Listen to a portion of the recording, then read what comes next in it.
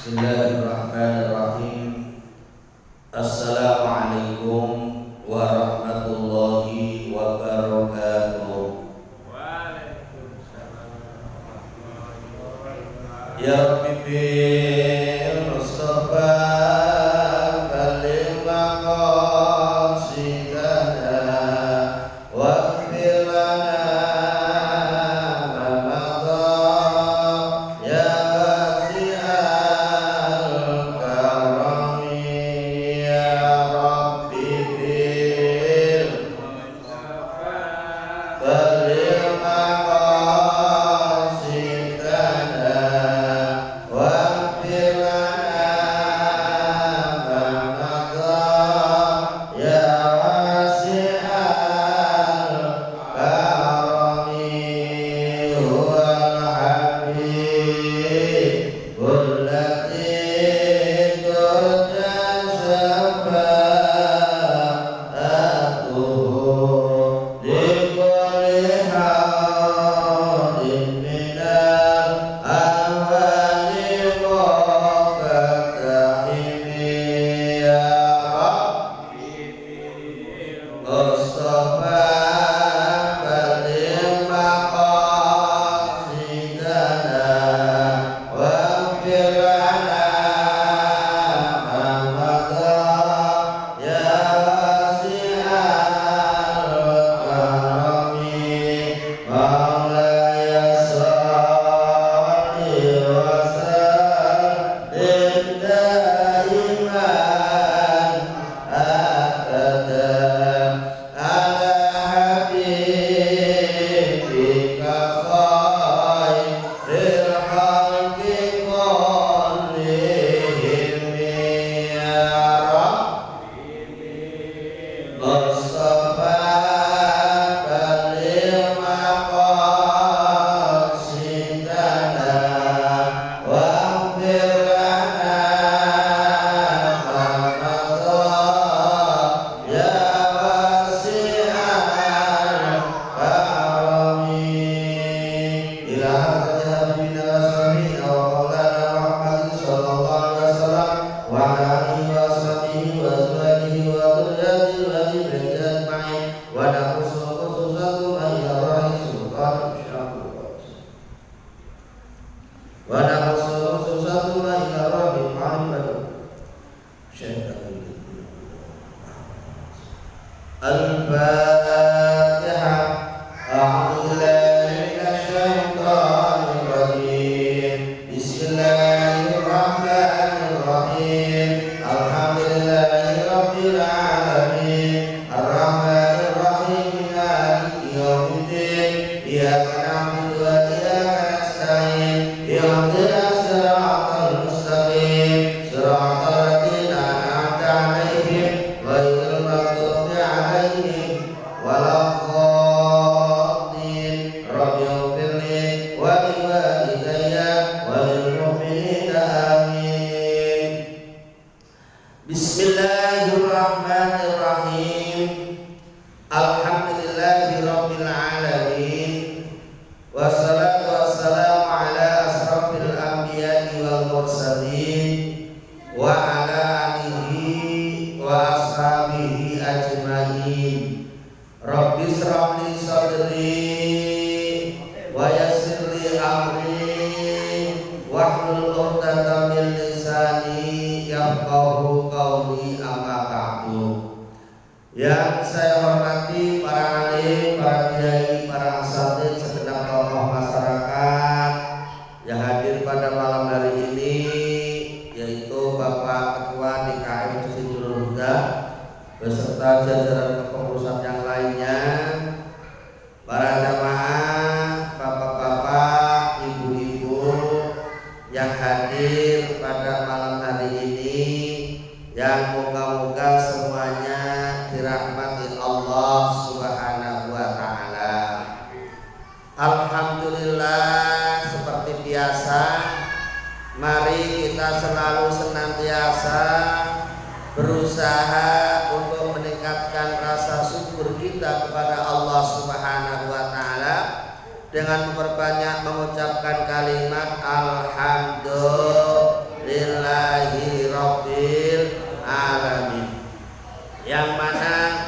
sampai saat ini Allah Subhanahu wa taala masih melimpahkan beberapa rahmat, hidayah, taufik serta inayahnya kepada kita semuanya, sehingga kita semua dapat hadir di Masjid Nurul Huda ini dalam rangka bersama-sama menjalankan kewajiban dari Allah Subhanahu wa taala yang kita awali dengan sholat isya berjamaah dan kita lanjutkan dengan thalabul ilmi insya Allah. Mudah-mudahan amal baik kita pada malam hari ini dicatat oleh Allah Subhanahu wa taala dan dimasukkan termasuk amal yang mendapatkan ridhonya Allah Subhanahu wa taala. Amin ya rabbal alamin. Para jamaah yang saya hormati, pada malam hari ini kita akan melanjutkan kajian kita. Insyaallah malam ini temanya tentang rukun-rukunnya sholat. Rukun itu apa? Rukun ini adalah sesuatu yang harus, sesuatu yang harus dilakukan. Karena kalau tidak dilakukan ini akan bahaya. Kalau kita dalam sholat kok bicara rukunnya sholat, maka sesuatu itu harus dilakukan ketika kita melakukan sholat. Apabila ada yang tertinggal satu saja, ini akan mengakibatkan sholat kita tidak sah. Makanya orang sholat ini harus tahu mana yang rukun, mana yang sunnah. Kadang-kadang kita sholat ini asal-asalan. Mana yang rukun kita nggak ngerti, mana yang sunnah juga kita tidak ngerti. Kadang-kadang rukun sama sunnah nggak ngerti semuanya. Nah ini bahaya. Makanya ngaji itu penting. Ngaji itu harus supaya kita ini paham tentang ibadah yang kita lakukan. Ya memang ngaji itu godaannya banyak banget. Apalagi kayak gini, ya situasinya syahdu sekali. Ya, malam ini kan syahdu sekali. Enaknya ngapain? Tidur paling enak karena hujan-hujan begini. Saya tadi tuh Pak Bu kalau nuruti males ya nggak kesini. Kenapa? Dari rumah udah banjir. Ya, Muarangke banjir. Motor saya separuh tadi itu. Tapi udah janji sama pengurus, ya, Pak besok taklim, insya Allah siap. Ya udah dari janji ya Bismillah. Motor kerubyuk, Bismillah aja lah. Makanya saya datangnya agak telat. Biasanya kan saya 10 menit sebelum isya udah datang. Karena tadi itu ya antara iya dan tidak. Antara iya dan tidak. Mau banjir, ini berangkat gak ya? Banjir, berangkatnya. Akhirnya saya ingat, orang ngaji itu memang ada kendala, ada ujian. Makanya harus sabar. Itu ngaji itu harus sabar. Kalau nggak sabar ya nggak jadi. Kayak begini ini kalau kita nggak sabar Pak, nggak jadi ngaji. Jadinya pasti tidur di rumah enak tidur, ya udah pokoknya nyenyak lah tidur bener begini. Suasana lagi sakit masalahnya. Nah, tapi karena kita punya kewajiban itu ibadah yang kita lakukan harus tahu ilmunya. Ya mari kita kaji bersama. Bismillahirrahmanirrahim. Faslun. Wa arkanus sholati. Wa arkanus sholati, adapun beberapa rukunnya sholat itu samaniyata asyara, itu ada 18 rukunnya. Rukun sholat ini ada 18. Wakila ada yang mengatakan 17. Ya. Nah, ini ada yang mengatakan 18. Ya. Kalau yang jawab 17 boleh, jawab 18 boleh. 13. Nah, kalau 13 ngajinya ngantuk. Kalau jawabnya 13 nanti ngajinya ngantuk karena itu belum sampai udah pulang duluan. Itu maksudnya. Ya. Ada berapa, Bu? 18 ini nanti nyantelnya angka yang depan atau yang belakang. Bisa masuk semua enggak 18 ini? Ya mudah-mudahan ya. Mudah-mudahan. Tapi kayaknya kalau sekali pertemuan nanti malah bingung. Ya sesampainya. 18 itu apa aja? Yang pertama adalah an-niyatu. Yang pertama adalah niat.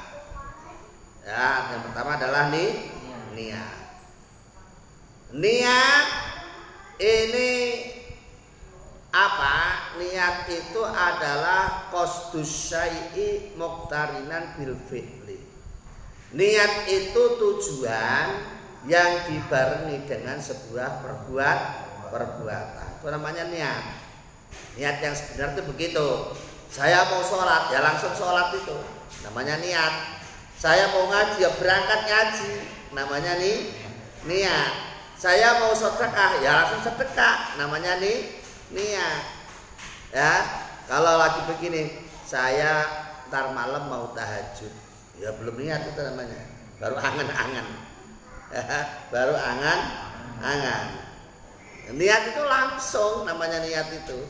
Enggak pakai lama. Niat kok kelamaan. Ya, niat itu enggak pakai lama karena tujuan yang dibarengi dengan perbuatan. Nah, adapun tempatnya niat itu wa mahalluha fil qalbi. Niat itu tempatnya di hati, bukan di lisan. Jadi kalau niat apapun tempatnya di hati. Mau niat wudu, mau niat sholat, mau niat puasa, mau niat zakat, mau niat haji, semuanya tempatnya di hati, bukan di lisan. Adapun kok mengucapkan dengan lisan itu namanya membaca lafalnya niat. Jadi kalau kita wudu, contoh kok nawaitul wudu'a li raf'il hadasil asghari fardalillahi ta'ala, ini namanya membaca lafalnya niat, belum dikatakan niat. Karena niat itu tempatnya di hati. Dan ketika kita niat itu berarti udah mulai melakukan, udah masuk kewajiban, masuk rukun. Niatnya wudu ya pas basuh muka pertama itu, bujur pertama itu, baru kita langsung masukin niat. Yaitu niatnya sholat ya pas Allah, ini langsung niat. Niat tempatnya di hati. Ya, saya niat misalnya sholat isya, saya niat sholat isya 4 rakaat, ya, makmuman lillahi ta'ala. Tuh ya, makmuman lillahi ta'ala. Tuh. Ya itu jadi apa namanya? Niat itu tempatnya di mana? Di hati, bukan di lisan. Nah, semua ibadah ini harus ada niatnya. Semua ibadah itu harus diniati, ada niatnya. Kalau tidak diniati, ini ibadahnya tidak sah. Karena rukun. Nah, makanya kalau niat sholat itu tadi pas Allah, ini hatinya harus niat. Saya niat sholat isya 4 rakaat, ya, makmuman lillahi ta'ala, Akbar. Itu. Nah, makanya untuk memasukkan hati itu biasanya diancang-ancang dulu. Nah, termasuk mengucapkan lafal niat itu adalah termasuk ancang-ancang supaya tidak kelamaan takbirnya. Kalau nggak pakai ancang-ancang bisa kelamaan takbirnya. Kepada Allahu Akbar kelamaan takbir begitu itu. Ya, kelamaan. Nah, supaya nggak kelamaan ya tadi itu diancang-ancang gitu. Ancang-ancangnya gimana? Ya baca lafal niat. Tuh. Ya, jadi niat itu apa? Niat harus dimasukkan ke dalam hati. Paham ya? Nih. Jadi kalau sholat kok hatinya masih kosong, sholat hatinya masih kosong berarti belum niat. Maka itu gak gampang, memang agak susah. Latihannya lama, tapi harus dicoba, harus diusahakan supaya hati kita ini kemasukan niat. Ya, jadi harus dicoba Bu, jangan nyerah. Pak susah kok Pak. Ya kalau susah ya harus dilatih supaya tidak susah. Kalau udah biasa ya biasa, kalau udah biasa ya enak. Ya, langsung masuk masjid bismillahirrahmanirrahim. Allahu Akbar. Tak bisa. Kalau sudah terbiasa. Tapi kalau belum terbiasa ya jangan sok-sokan. Langsung buat datang Allahu Akbar. Kosong hatinya. Itu namanya sok-sokan itu. Makanya kalau belum bisa ya baca dulu bismillahirrahmanirrahim. Usolli fardhul isya'i arba'a raka'atin mustaqbilal qiblati adaan ma'muman lillahi ta'ala. Allahu Akbar. Insyaallah masuk. Nganterin dulu. Ya, berarti ibaratnya itu harus dia antar dulu tuh. Makanya Imam Syafi'i mengatakan membaca lafal niat hukumnya sunnah. Gitu. Kalau sudah tahu begini kan enak. Jadi kalau ada orang yang nggak suka begitu kan kadang-kadang kan kita diledekin. Mau sholat berisik amat. Kadang-kadang kan ada orang yang nggak suka itu ngomongnya nggak enakin juga. Mau sholat berisik amat, wae. Orang sombong namanya itu. Ya kalau udah terbiasa sih nggak apa-apa kan. Allah bisa kalau udah terbiasa. Tapi kalau belum terbiasa ya jangan sok-sokan tadi itu. Giliran gayanya tuh laganya kayak orang sudah biasa aja. Allah, hatinya kosong. Makanya ini ya bisa kita tarik ambil pelajaran bahwa menata hati itu memang tidak gampang. Paling susah itu nata hati. Orang yang rajin sholat, yang sudah sholatnya udah lama, ini harus bisa menata hati. Jaga hati. Karena penyakit hati itu banyak. Ada yang namanya iri, drengki, hasud, takabur, ya kan? Sombong, suka menghina orang lain, suka merendahkan orang. Ya kan kadang-kadang kan kita kan kalau melihat orang kan hati kita kan kadang-kadang kan nggak sadar begitu. Melihat orang kelihatannya ya di bawah kita, itu orang masih belum apa-apa dibandingkan saya. Kayaknya kan kalau begitu tuh hati kita namanya penyakitan.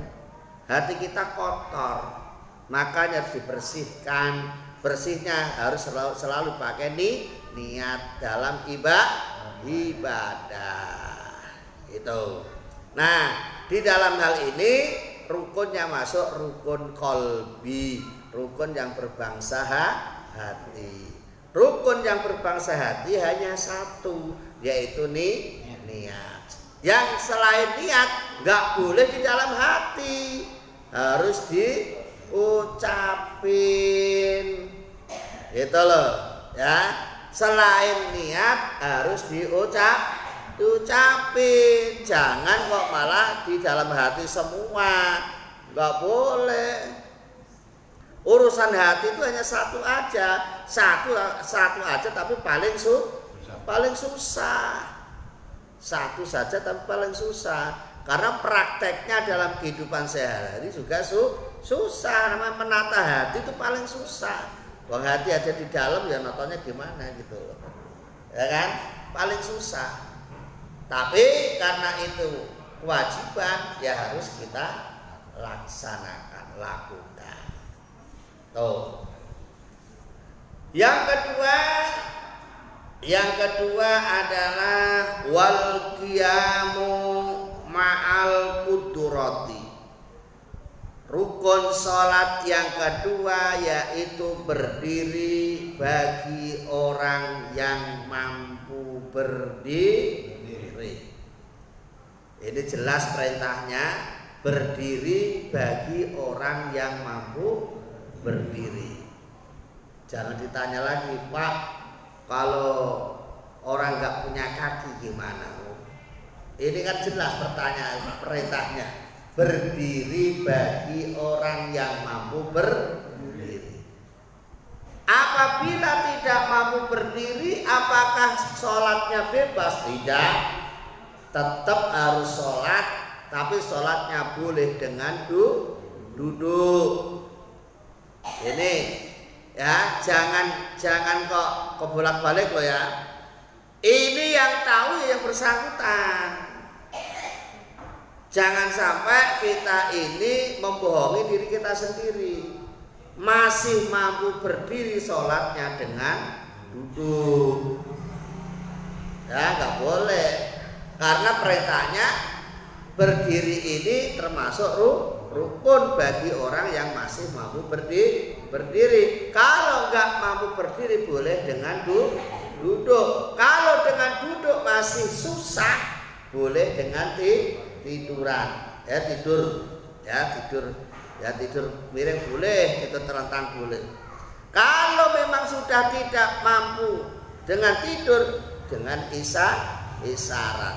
Dengan isyarat sudah tidak mampu, ya disolati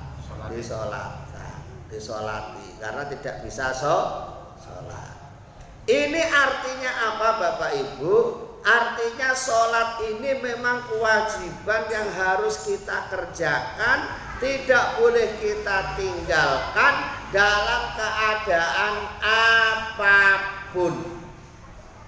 Ya, dalam keadaan apapun tetap kita harus sholat. Ini kadang-kadang lagi diuji banjir begini aja sholat udah berantakan. Lagi diuji capek dikit aja sholatnya sudah berantakan. Lagi diuji sibuk dikit aja kadang-kadang sholatnya sudah banyak yang ditinggalkan. Ya, ini ibu-ibu hajat mantu anaknya. Ini lagi dandanannya di salon tuh bayarnya mahal gara-gara mempertahankan ya dandanannya tadi itu, sholatnya lewat. Naudzubillah min dzalik. Duhur tamu banyak. Ini tadi kan dandannya dari salon bayarnya 3 juta. Waduh, kalau pakai wudhu bedaknya luntur, sayang. Ini kan mempertahankan bedak ya lebih penting daripada sholat. Ini jangan sampai. Karena kalau kita ingat tadi itu, nggak mampu berdiri aja harus sholat dengan duduk, nggak mampu duduk harus sholat dengan nggak mampu tidur sholat dengan isyarat. Ini artinya kan nggak boleh ditawar sama sekali sholat itu. Makanya kita kadang-kadang nggak sholat biasa aja. Ya, kita jangan merasa aman Bapak Ibu. Kita nggak sholat ini jangan merasa aman. Wah, saya nggak sholat juga nggak apa-apa. Nyatanya masih hidup. Saya nggak sholat juga nyatanya masih sehat. Saya nggak sholat nyatanya masih makan. Saya nggak sholat nyatanya masih nggak apa-apa, ya biasa-biasa begini. Jangan merasa aman ketika kita melakukan kesalahan. Memang sengaja dibiarin seperti itu, biar sekali gencetnya tuh enak, gitu loh, ya. Biar sekali gencetnya tuh enak. Ini kamu udah nggak ada apa-apa, udah sekali langsung masuk belang nerakanya lancar ke nerakanya. 12 saja itu. Makanya kadang-kadang kita nggak sholat makanya biasa-biasa saja, nggak ngaji biasa-biasa saja, nggak zakat biasa-biasa saja, nggak puasa biasa-biasa saja, nggak nyantungin yatim biasa-biasa saja. Lah ini namanya kita sudah mati rasa. Kalau udah mati rasa akhirnya bahaya gitu ya. Maka ini sedikit-sedikit harus kita praktekkan, kita pahami. Kenapa kok ada pelajaran seperti ini? Ya, sholat harus berdiri, nggak mau berdiri harus dengan duduk, nggak mau berdiri harus dengan tidur, nggak mampu tidur boleh dengan isyarat. Nah ini maksudnya apa? Maksudnya sholat ini satu hal yang penting yang tidak boleh ditinggalkan dalam keadaan apapun. Kalau dalam keadaan perang aja itu masih wajib sholat. Misalnya kita perang, ya ada musuh kita, ya berperang melawan musuh datang, saatnya sholat kita tetap masih diwajibkan sholat. Loh kok baru sibuk dikit aja berani ninggalin sholat, baru nyembelih ayam saja sudah tidak sholat. Nyembelih ayam nggak sholat 1 kali karena apa? Sibuk ngurus ayam. Apalagi nyembelih kambing, ada 2 kali sholat. Kalau nyembelih sapi sehari itu udah sibuknya luar biasa, sampai mulai subuh sampai isya itu nggak sholat. Ya, ini jangan sampai kita terjebak dengan situasi seperti itu. Karena besok pertama kali yang ditanya Allah ketika kita sudah dibangkitkan kembali dari alam kubur kita disuruh mempertanggungjawabkan amal kita. Yang pertama kali ditanya adalah tentang sholat. Bagaimana sholatmu? Sholatmu bagaimana? Gitu. Uang 5 kali aja kok masih ditawar 2, jadi hanya dilakukan 3. Kadang-kadang ditawar 4, yang 1 masih nggak sholat. Ya, kan 5 bukan 4. 5 dilakukan 4. Kenapa subuhnya nggak pernah sholat? Kenapa subuh nggak sholat? Nggak bisa baca doa kunut Pak Ustaz. Wah, nggak bisa kunut aja pakai alasan. Ya, kalau nggak bisa baca kunut ya sholatnya di masjid jamaah, tinggal amin kan enak. Ini nggak bisa kunut, subuhnya subuhnya awan-awan. Ya jadinya ya subuhnya kagak, ya jamaah kagak, subuh juga kagak. Kalau udah merasa nggak bisa kunut, mending sholatnya di masjid, tinggal amin yang baca kunut imamnya kan gitu. Ya, jadi ini harus dimasukkan dalam jiwa kita, diri kita, bahwa sholat ini satu hal yang sangat penting, nggak boleh ditinggalkan. Apalagi yang sudah tua-tua begini, jangan pernah merasa aman ninggalin sholat. Itu loh. Ya, alhamdulillah misalnya kita pas sholat kok dipanggil sama Allah kan alhamdulillah. Berarti insya Allah kita husnul khotimah. Itu yang kedua. Yang ketiga adalah wa takbiratul ihrami. Yang ketiga adalah takbiratul ihram. Takbiratul ihram ini adalah takbir yang pertama. Namanya takbiratul ihram, takbir yang pertama. Pas Allahu Akbar, ini namanya takbiratul ihram. Bacanya takbiratul ihram itu harus jelas. Allahu Akbar. Tulisannya Allahu Akbar. Tulisannya jelas.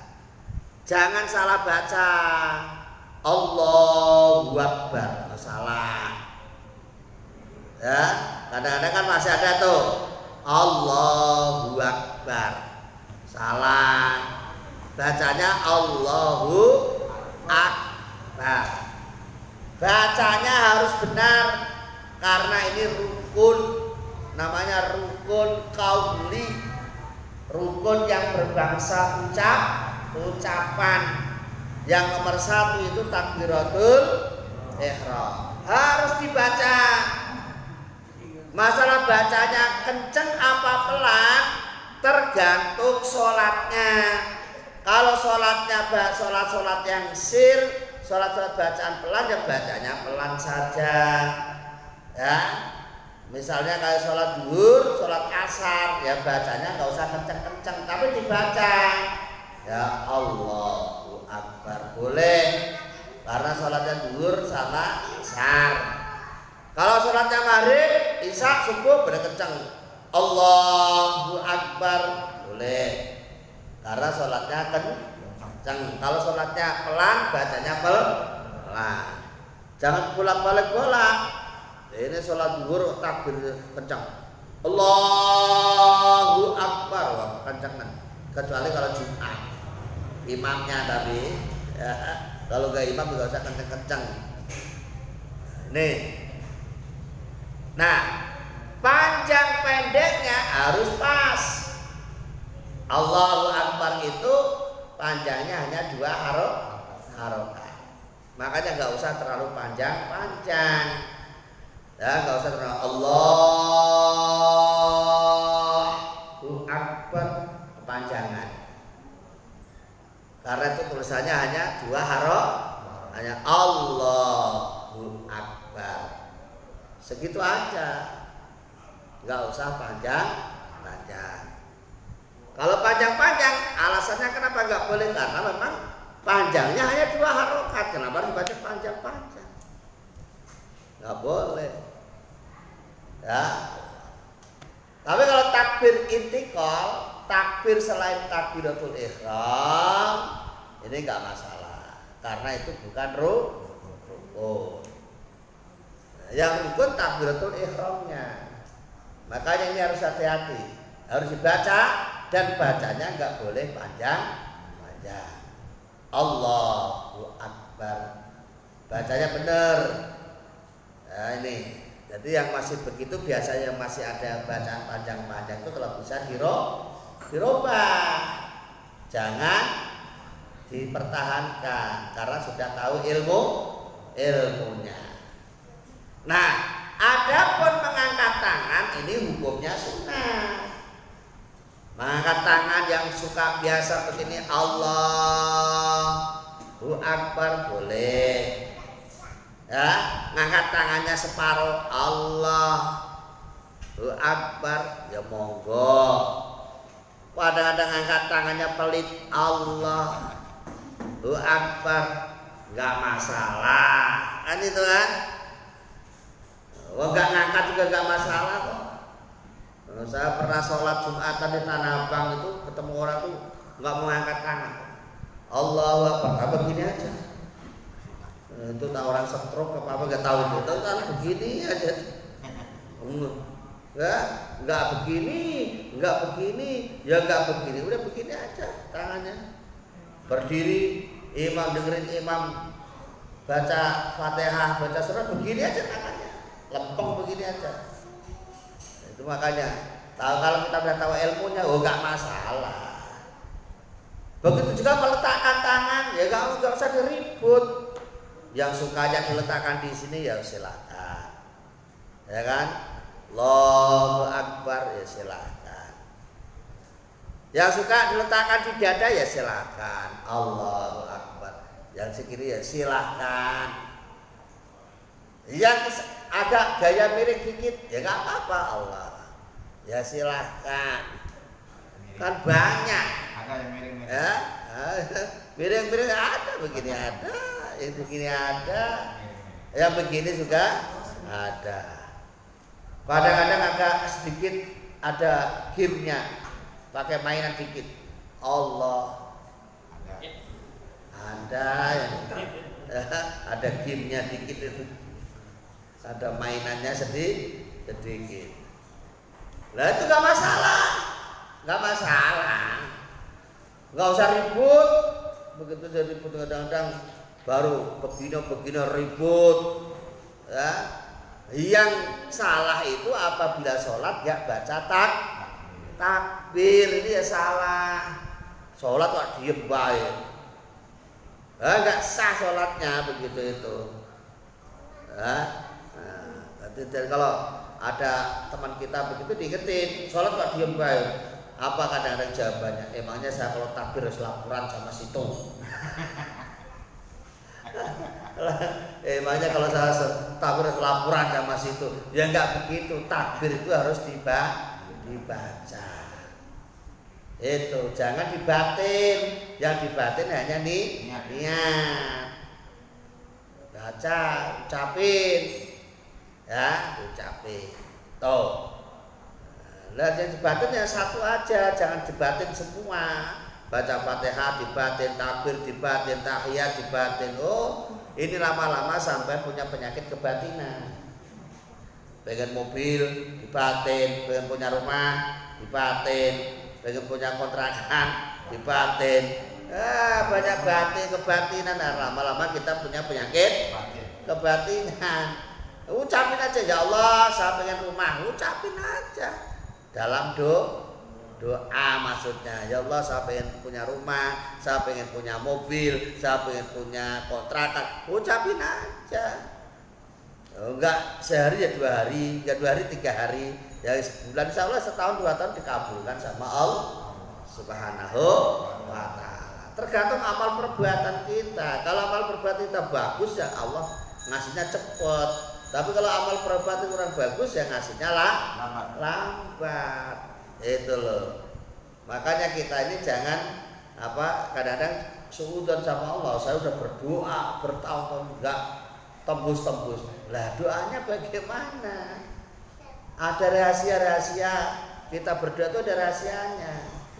Ada tempat-tempat yang ada waktu-waktu yang tertentu. Ya.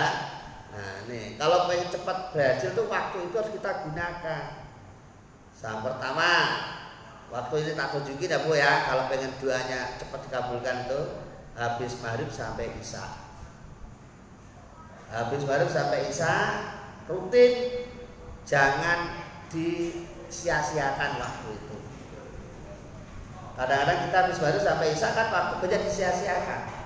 Untuk apa Pak biasanya? Leyeh enak tenan. Kalau habis maghrib bisa kan enak kan istirahat. Padahal itu mesti untuk baca Quran, untuk wirid, untuk berdoa. Nah itu yang jos itu waktu barokah itu namanya. Ya habis maghrib sampai isya. Tapi banyak orang melewatkan waktu itu karena banyak alasan. Alasan pertama apa? Seharian kerja capek. Habis maghrib biasanya enak kan istirahat sambil ngopi sambil nonton TV. Katanya capek kok malah nonton TV. Katanya capek kok malah bukan istirahat kok malah ngobrol. Nah, kan sayang waktunya. Ketimbang untuk ngobrol yang enggak bermanfaat, habis maghrib sampai isya gunakan untuk berdoa kepada memperbanyak zikir kepada Allah. Yang kedua waktu sahur. Waktu sahur ya sekitar jam 3 sampai subuh. Ya. Ini waktu barokah. Lagi-lagi waktu itu kita banyak terlena. Ya, banyak terlena. Kira-kira banyak yang pakai atau banyak yang tidak pakai? Banyak yang tidak pakai. Banyak yang tidur. Banyak yang pokoknya tidak pakai lah jam-jam segitu. Padahal itu waktu yang istimewa. Waktunya istimewa. Tapi kadang-kadang kita nggak tahu, makanya kita doanya lambat. Yang ketiga, doa yang waktu yang top lagi istimewa lagi itu habis adzan sampai qomat. Habis adzan sampai qomat. Itu waktu istimewa juga itu. Lagi-lagi kita lewatkan begitu lagi. Ya. Nunggu imamnya datang, nunggu imamnya sholat, nunggu imamnya belum ke masjid, malah apa yang kita lakukan? Ngobrol. Padahal antara habis adzan sampai qomat ini waktu yang istimewa. Banyak doa. Makanya dulu itu kalau orang tua dulu ngajarinnya untuk sholawatan sambil nunggu imamnya. Itu. Tapi kalau sekarang kan nggak ada sholawatan itu, jarang. Ya, nungguin kalau udah jamnya Allahu Akbar, nunggu jam bukan sambil sholawatan, sambil berdoa, sambil puji-pujian, malah kadang-kadang malah sambil ngobrol. Nah ini lewat lagi, maka doa kita susah tembusnya. Yang keempat, doa yang waktu yang istimewa yang keempat yaitu di antara khotbah dua. Di khotib khotbah Jumat itu duduk mau naik mimbar mau naik kedua, nah ini waktu walaupun hanya semenit gunakan untuk istirahat, untuk berdoa. Lagi-lagi lewat lagi. Kenapa? Rata-rata kalau kita Jumatan banyak tidur semua. Padahal yang khotib udah suara kencang begitu, bentak-bentak kayak itu. Kita yang enak aja tidur, ya, enggak berdoa. Ini kurang tahu tempat kita berdoa namanya. Itu. Jadi itulah tempat-tempat waktu-waktu yang sangat istimewa. Sehingga kalau kita berdoa di waktu-waktu itu, insya Allah bisa mempercepat doa kita. Ya. Nah, balik kepada pelajaran. Jadi takbiratul ihram ini termasuk rukunnya sholat. Ya, bacanya harus Allahu Akbar. Jangan panjang. Gitu ya. Masalah baca keras dan pelan tergantung sholatnya. Itu. Terus masalah angkat tangan hukumnya sunnah, nggak usah ribut. Nah, yang keempat, wa qiraatul Fatihati. Yang keempat yaitu membaca surat Al-Fatihah. Allahu Akbar. Ya, langsung Alhamdulillahirabbil alamin. Ini kelompok pertama. Kalau ada langsung baca Allahu Akbar Alhamdulillahirabbil alamin. Ya berarti dia menganggap Fatihah itu tidak ada bismillahnya. Yang kelima, wa bismillahirrahmanirrahim. Yang kelima membaca bismillah. Yang membaca bismillah ayatun minha, karena bismillah termasuk ayat dari surat Al-Fatihah. Maka di sini perbedaannya ada yang mengatakan 18, ada yang mengatakan 17. Kalau kita ini 17. Ya, yang umumnya kita mengatakan 17 ini antara bismillah dengan Fatihah jadi satu. Gitu. Karena ini ada perdebatan panjang tentang bismillah ini termasuk ayat dari surat Al-Fatihah apa tidak. Ini ada perdebatan panjang.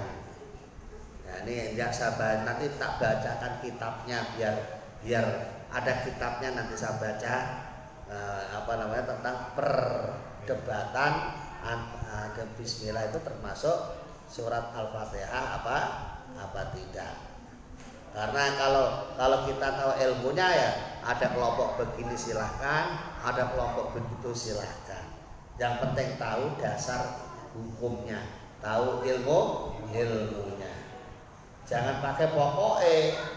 Kalau tanya, kenapa kamu gak baca bismillah dalam Fatihah? Terus pokoknya begitulah, pokoknya. Kalau pokoknya ya repot.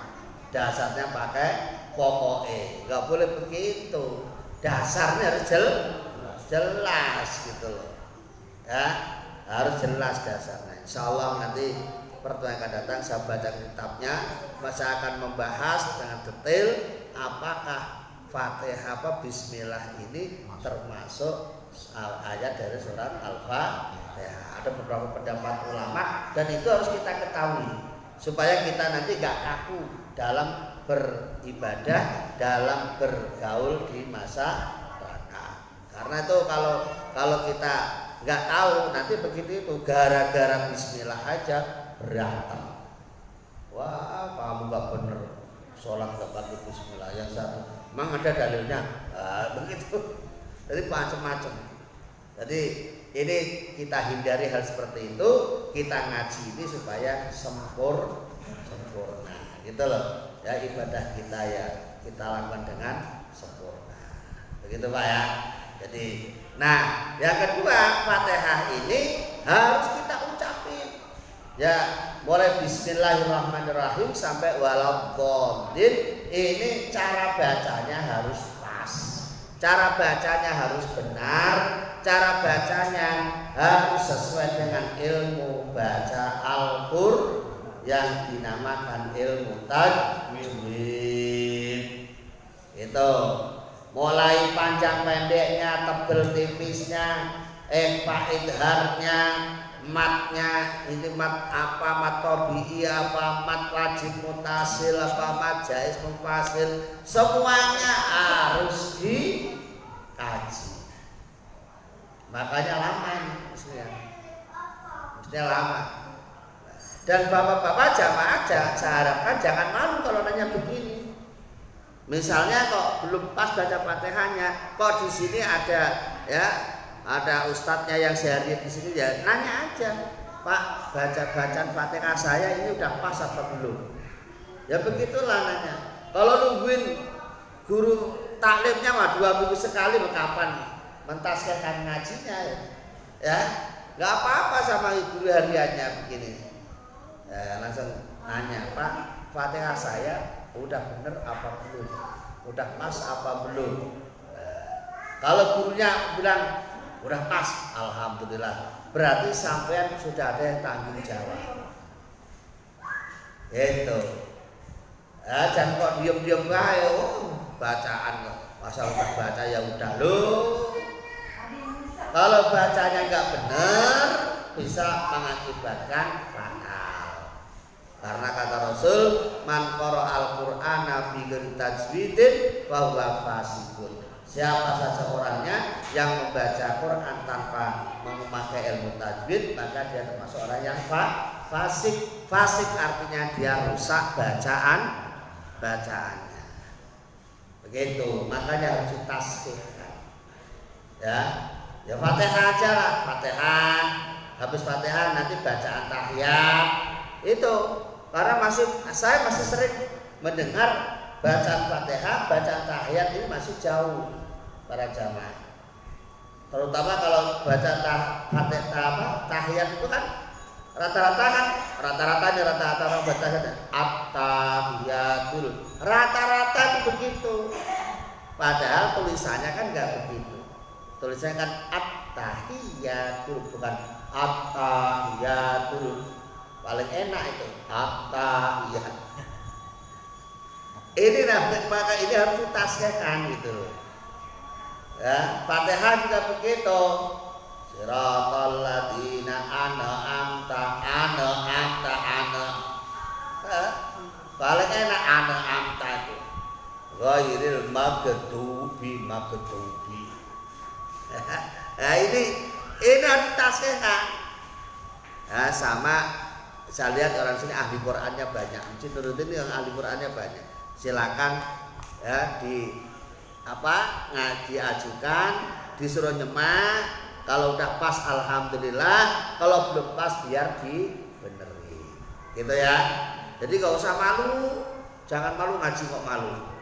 Enggak usah malu. Nah, kalau malu ya malu bertanya, sesat dijawab. Jare wong Jawa, wong isin ora bakal iso. Ya. nggak bakal bisa karena gengsi sampai. Kalau gengsi nggak usah dalam ngaji. Gengsi itu dalam ngaji ya dibuat. Orang ngaji itu nggak boleh gengsi, nggak bisa ya harus ngaku tidak. Itu ya. Nah, sementara itu dulu. Nanti insya Allah saya bawakan tuh kitabnya pada panjenengan datang. Ya, saya akan bawa tafsirnya. Saya punya tafsir Al-Munir, itu yang karangan Dr. Wahbah Zuhaili, itu ada 17 jilid. Nah, itu di situ keterangannya jelas banget, ya jelas banget lagi tentang bacaan tentang masalah bismillah itu termasuk ayat dari surat Al-Fatihah apa tidak, terus bagaimana cara bacanya. Nah, ini masing-masing pendapatnya ulama-ulama itu nanti ada di situ. Insya Allah akan saya bacakan pada pertemuan yang akan datang. Insya Allah. Di sini dulu ada pertanyaan. 18 sudah, kalau 45 ya tinggal 13 lagi. Kenapa kok nggak langsung saya bacakan 18? Nanti malah nggak paham. Yang jelas 4 ini tadi diingat ya Bu ya. Rukunnya sholat ada 18. Yang pertama yaitu niat, yang kedua berdiri jika mampu, yang ketiga takbiratul ihram, bacaan takbiratul ihram, Allahu Akbar, jangan sampai keliru Allahu Akbar ya, dibalik jika salah akbar wallah nggak boleh, dan harus pakai bahasa Arab, pakai lafal Allahu Akbar. Selain itu tidak boleh.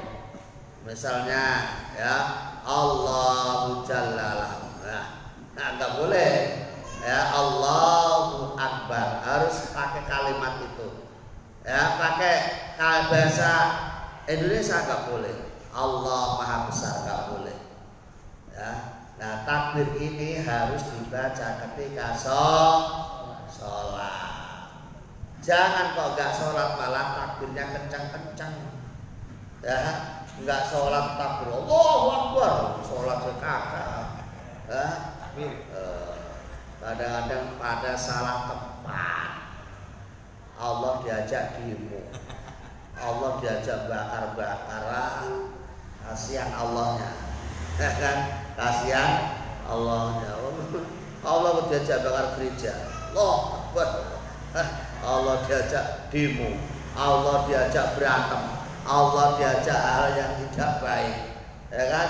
Mau nonjok temannya juga Allahu Akbar, mau nonjok Allahu Akbar. Yang mau takbir itu kalau mau sholat itu ya. Nah, itu yang keempat ada baca Fatihah, yang kelima baca bismillah dalam Fatihah. Nah, sampai situ dulu, mudah-mudahan ada manfaatnya.